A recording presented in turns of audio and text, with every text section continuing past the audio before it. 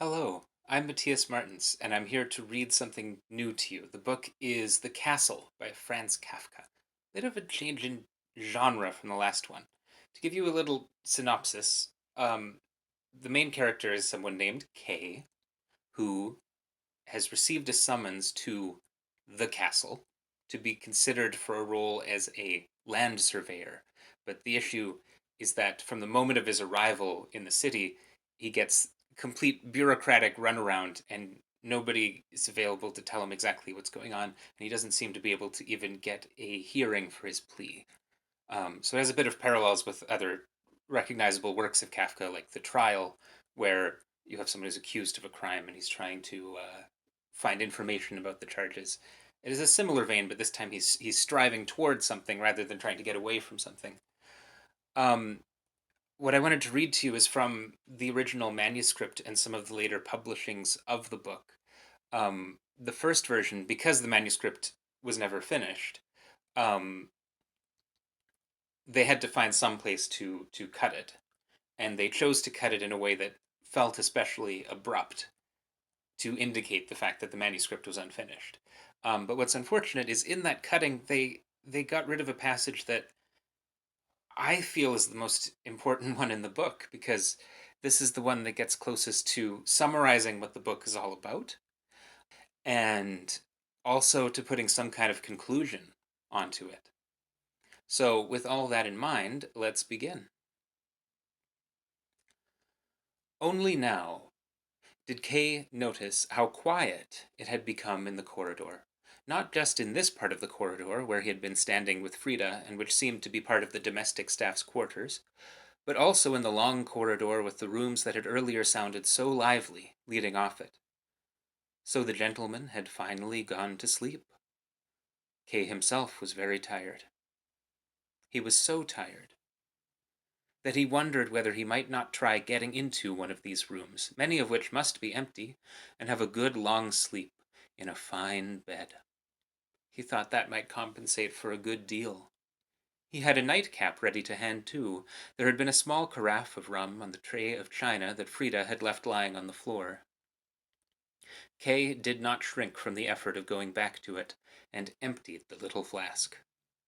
Now, at least, he felt strong enough to appear before Erlenga. He looked for the door of Erlenga's room, but as the servant and Gestecke were no longer to be seen, and all the doors looked the same, he couldn't find it. However, he thought he remembered roughly whereabouts in the corridor the door was, and decided to try opening a door that in his opinion was probably the one he wanted. He looked to right and left down the corridor again, to see whether, after all, anyone was coming who could give him information and make his daring venture unnecessary. But the long corridor was quiet and empty. Then Kay listened at the door, but again there was no noise. He knocked so softly that the sound could not have woken anyone sleeping inside, and when still nothing happened, he very cautiously opened the door. However, a slight scream came to his ears. It was a small room, more than half filled by a broad bed. The electric light on the bedside table was on, and there was a small traveling bag beside it.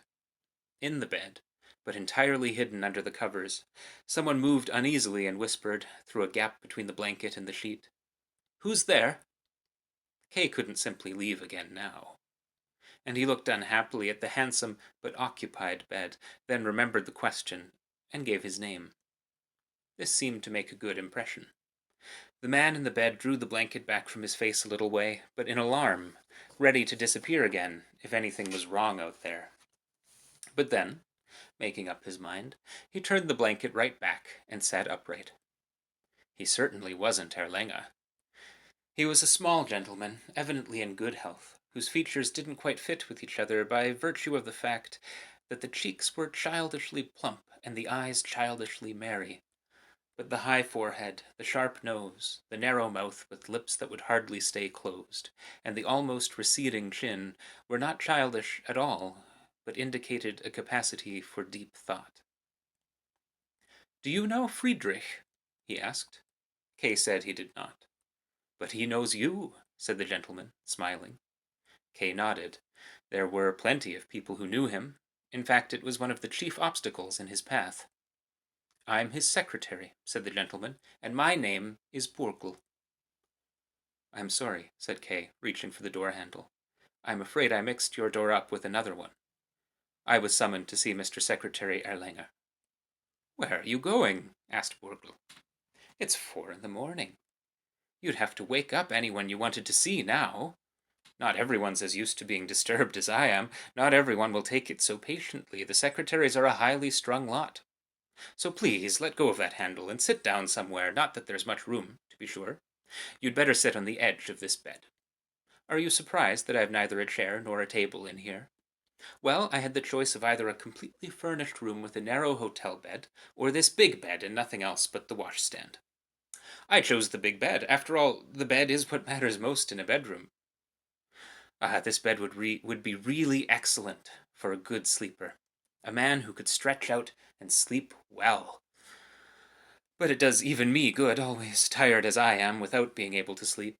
I spend a large part of the day in it. I do all my correspondence here, and it's where I conduct my hearings with members of the public.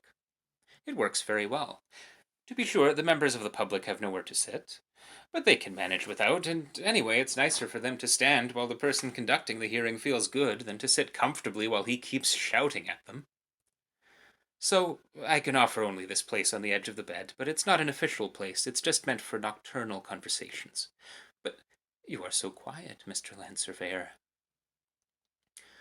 I'm very tired, said Kay, who had sat down on the bed at once on being invited, abruptly and unceremoniously, leaning against the bedpost. Of course you are, said Borgl, laughing. Everyone here is tired. For instance, it was no small workload I dealt with both yesterday and today. It's out of the question for me to sleep now, but if that extremely improbable event should occur, if I were to fall asleep while you're here, then please keep perfectly still and don't open the door.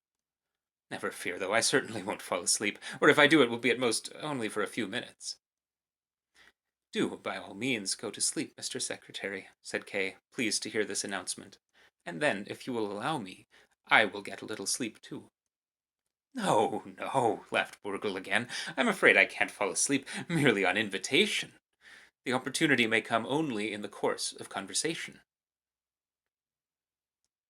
Yes, a conversation is the most likely thing to send me to sleep. Our business is bad for the nerves, you see. I, for instance, am a communications secretary.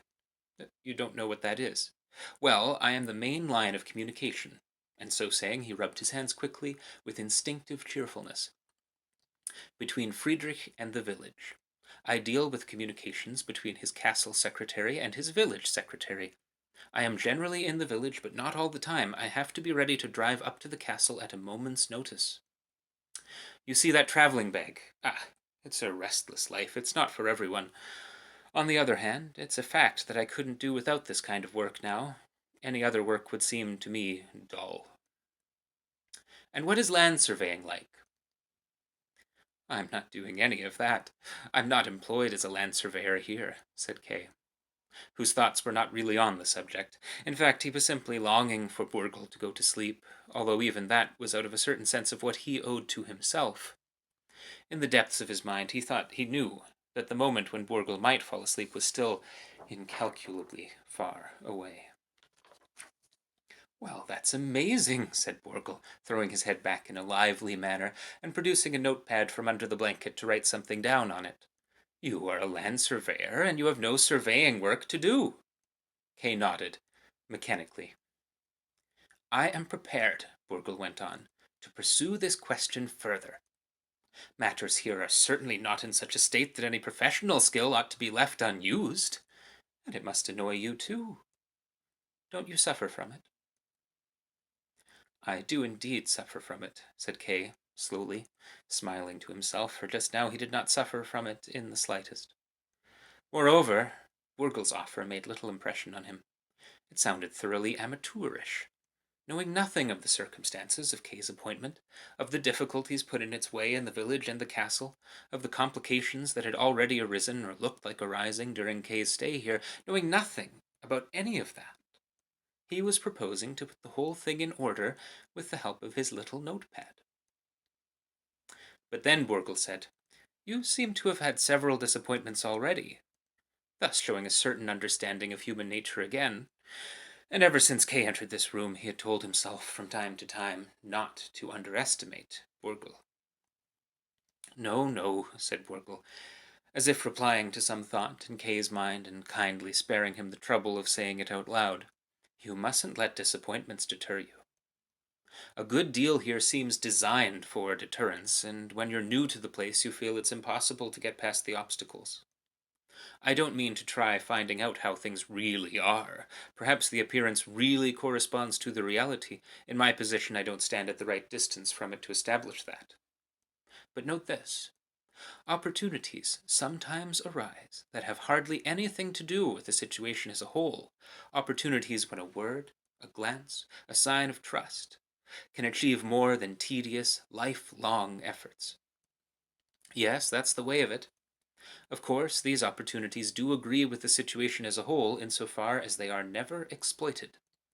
But why are they not exploited? That's what I always wonder. Kay didn't know. He did indeed realize that what Borgel was talking about probably concerned him closely, but just now he had a great dislike for everything that concerned him closely. He moved his head a little way aside, as if he could thus leave the way clear for Borgel's questions to pass him by and not touch him any more. "It is," Borgel went on, stretching his arms and yawning, in confusing contrast to the gravity of his words, "it is the secretary's constant complaint that they are obliged to hold most hearings in the village by night." "And why do they complain of it? Because it puts too much strain on them? Because they'd rather use the night for sleeping? No, they definitely don't complain of that. Of course, there are both industrious and less industrious men among the secretaries as everywhere, but none of them complains of being under excessive strain. Certainly not in public. That is simply not our way. So far as that's concerned, we see no difference between ordinary time and time spent working. We are strangers to such distinctions. So what do the secretaries have against hearings conducted by night? Is it perhaps consideration for the members of the public involved? No, that's not it either. The secretaries are not at all considerate of those members of the public, although they are no more inconsiderate of the members of the public than they are of themselves. They are equally inconsiderate to both. And in fact, this inconsiderate attitude, that is to say, the iron observance and performance of their duty, shows the greatest consideration that members of the public could wish for. Fundamentally, although a casual observer will not of course notice it, that is fully appreciated. And as in this case nocturnal hearings are particularly welcome to members of the public, there is no objection to nocturnal hearings in principle. So why don't the secretaries like them? Kay did not know the answer to that either. He knew so little about the subject that he couldn't even tell whether Borgel was asking a question seriously or only rhetorically. "If you'd let me lie down in your bed," he thought, "I'll answer any questions you like at midday tomorrow, or even better in the evening." But Borgel did not seem to be taking any notice of Kay. He was too interested in the question that he himself had just raised. "As far as I know, and from my own experience, the reservations entertained by the secretaries about nocturnal hearings are more or less as follows. Night is less suitable for negotiation with members of the public because it is difficult or actually impossible to maintain the official character of negotiations at night. One is instinctively inclined to judge things from a more private point of view then. The points advanced by members of the public seem to carry more weight than they should. Consideration of the further situation of those members of the public, of their sufferings and sorrows, mingles with our assessment where it does not belong. The requisite barrier between members of the public and officials, however flawlessly it may be present to outward appearance, is relaxed, and where usually only questions and answers are exchanged, which is just as it should be, a strange and entirely unsuitable exchange between the persons sometimes seems to occur. Wouldn't you say that in such circumstances the complaints of the secretaries are highly justifiable?" Kay had already spent some time half asleep, and now his slumbers were disturbed again. Why all this? He asked himself. Why all this? From beneath his lowered eyelids he observed Borgel not as an official who was discussing difficult questions with him, but simply as something that kept him from sleeping, and he couldn't see any other point to him. Borgel, however, given over entirely to his own train of thought, smiled as if he had just succeeded in leading Kay slightly astray. However, he was ready to set him right again. Nor, he said, can one call those complaints entirely justified either, just like that. Nocturnal hearings are not exactly stipulated anywhere, but the regulations saying that hearings of members of the public may be held only after the rest of an investigation has been entirely concluded, but must then be held at once, have made the nocturnal hearings an unavoidable necessity. However, if they have become a necessity, as I say, then that is also, at least indirectly, a result of the regulations, and finding fault with the nature of nocturnal hearings would then be almost to find fault with the regulations. On the other hand, it may be allowed that the secretaries seek to secure themselves as best they can within the regulations against the nocturnal hearings and their disadvantages. And to a very great extent they do secure themselves. They do not let anyone get the better of them easily, those secretaries. They are almost as tough as they are sensitive. Kay was asleep. It was not real sleep. He could hear what Borgel was saying, perhaps better than during his early period of wakeful exhaustion. Word after word came to his ear, but his troublesome consciousness was gone. He felt free. Borgel no longer had a hold on him. He just sometimes made his way towards Borgel. He was not yet deeply immersed in slumber, but he had taken the plunge, and no one was going to rob him of that now. He felt as if he had won a great victory, as if a company had gathered to celebrate it, and he or someone else was raising a glass of champagne in honor of that victory. Kay was fighting a naked secretary who greatly resembled the statue of a Greek god, and who was getting the worst of it. It was very comical, and Kay smiled slightly in his sleep to see the secretary's proud bearing upset again and again by Kay's advance, so that he had, for instance, to use his outstretched arm and clenched fist to cover his nakedness, but was always too slow about it. The combat did not last long. Step after step, and they were long strides, Kay pressed forward. Was it a combat at all? There was no serious obstacle, only a squeal from the secretary now and then. That Greek god squealed like a girl being tickled. And finally he was gone. Kay was alone in a large space. He turned around in it, ready to fight, looking for his opponent, but there was no one there anymore. The company had left. Only the champagne glass lay on the ground, broken, and Kay trod it to pieces. But the broken glass stung, and he woke again with a start, feeling unwell like a small child who has been woken suddenly. However, said Borgel, raising his face thoughtfully to the ceiling as if seeking in his memory for examples but failing to find any, all the same, in spite of all the precautionary measures, there is an opportunity for members of the public to exploit this nocturnal weakness of the secretaries, always supposing that it is a weakness, for their own ends. To be sure, it is a very rare opportunity, or more accurately I should say, one that almost never comes. It consists in the arrival of the person concerned in the middle of the night, unannounced. You may be surprised that this happens so seldom when it seems such an obvious thing to do. Well, you are not familiar with the way we go about things here, but you will have noticed the impenetrability of the official organization. However, that impenetrability in itself means that everyone who has any kind of request to make or must be examined on some subject for other reasons receives a summons at once, immediately, usually even before he has thought out his case, why, even before he knows about it. He will not be examined this time. Usually he won't be examined yet, generally the case has not reached that point, but he has the summons, which means that he can't turn up unannounced and thus entirely by surprise. At most, he can come at the wrong time, when the date and hour of his summons will be pointed out to him, and then, if he comes back at the right time, as a rule he will be sent away. and there is no more difficulty. The summons in the member of the public's hand and the note in the files are weapons used by the secretaries. That applies, however, only to the secretary responsible for the case. Anyone would still be at liberty to take the other secretaries by surprise at night, but hardly anyone ever will. There's almost no point in it. First, anyone who did so would arouse the ire of the secretary responsible for the case.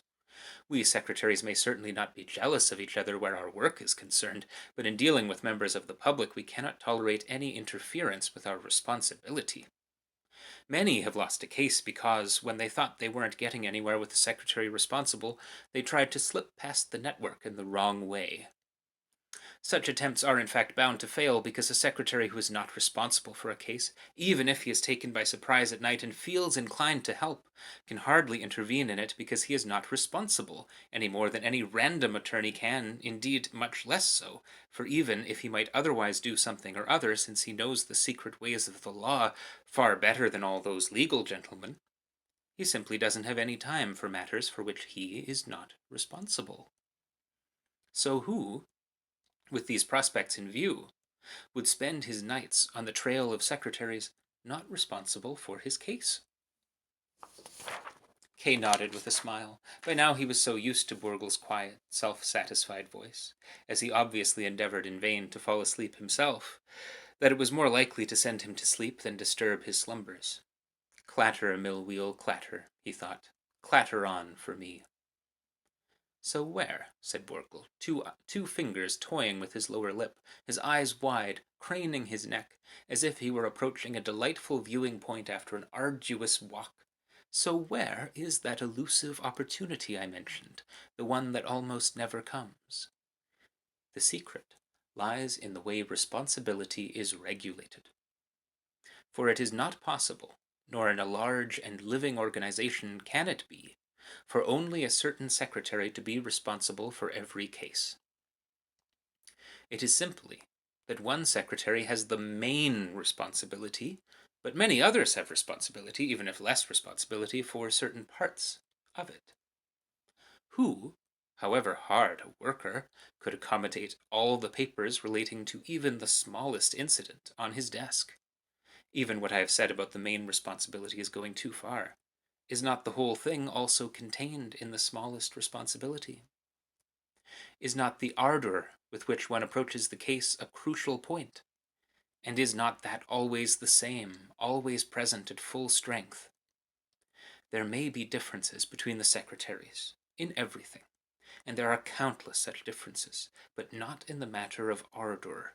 None of them will be able to hold back if he receives an invitation to take part in a case for which he has only the slightest responsibility.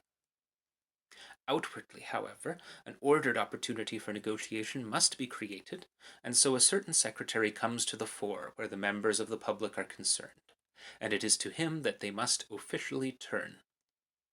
However, he does not have to be the one who bears the greatest responsibility for the case. The organization and its particular needs at the time influence the decision here. Such is the state of affairs.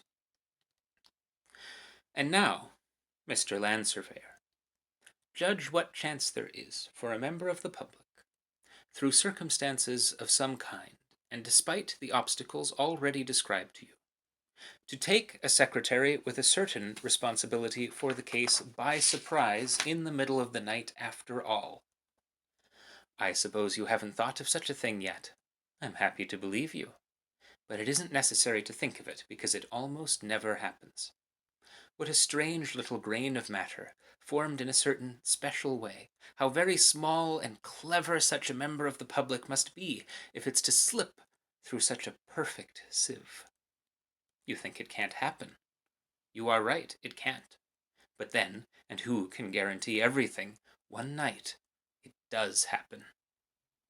There sits the member of the public, whom you have never seen before, whom you have always awaited, positively thirsting to see him, but whom you have always, and reasonably, considered inaccessible. His mere silent presence invites you to enter into his poor life, to move around there as if it were your own property, to feel sympathy for its vain demands. This invitation in the silence of the night is captivating. You accept it, and now you have in fact stopped being an official. It is a situation in which it will soon become impossible to refuse a request. Strictly speaking, you are desperate. But even more strictly speaking, you are very happy. Desperate because the defenselessness with which you sit there waiting for the member of the public's request, knowing that once it is made you must grant it, even if, at least so far as you can see, it positively wrecks the official organization. Well, I suppose it is the worst thing that can happen to you in practice. One reason above all, and apart from everything else, is that it entails your forcibly claiming a higher rank for yourself at this moment, higher than any you can conceive of. Our positions do not authorize us to grant requests such as those I am talking about, but what with the nocturnal proximity of the member of the public, our official powers seem to grow. We pledge ourselves to do things outside our sphere of responsibility. Indeed, we will even do them in practice. Like a robber in the forest, a member of the public surprising us by night forces us to make sacrifices of which we would never otherwise be capable. Well, that's how it is if the member of the public is still there, encouraging us, and forcing us to do so, and spurring us on, and we set it all in train, half unconsciously. But how will it be later, when that's all over, when the member of the public goes away, satisfied and free of care, and we are left alone, defenseless in the face of our abuse of office? It doesn't bear thinking of. Yet all the same, we are happy. How suicidal happiness can be. We could make an effort to keep the true situation secret from the member of the public. The member of the public himself will hardly notice anything of his own accord. As he sees it, he went into a room which wasn't the one he wanted, probably quite by chance, tired out, disappointed, feeling dull and indifferent from weariness and disillusionment. He is sitting there knowing nothing and deep in thoughts, if he is thinking anything, of his mistake or his weariness. Couldn't we leave it at that? No, we can't. With the loquacity of the happy man, we must explain it all, without sparing ourselves in the slightest. We must show at length what has happened and why, how extraordinarily rare and uniquely great the opportunity is. We must show how the member of the public who, with all the helplessness of which only a member of the public can be capable, has walked by chance into his opportunity. We must show him, Mr. Land Surveyor, how the member of the public can now control everything if he wants to, and need do nothing but somehow or other make his request. There is a document for granting it already prepared, as we say, ready to be handed to him. We must go into all that. It is a dark hour for an official. But when you have done that, Mr. Land Surveyor, what's most necessary has been done, and you must possess your soul in patience and wait. Kay heard no more. He was asleep, remote from everything that was going on.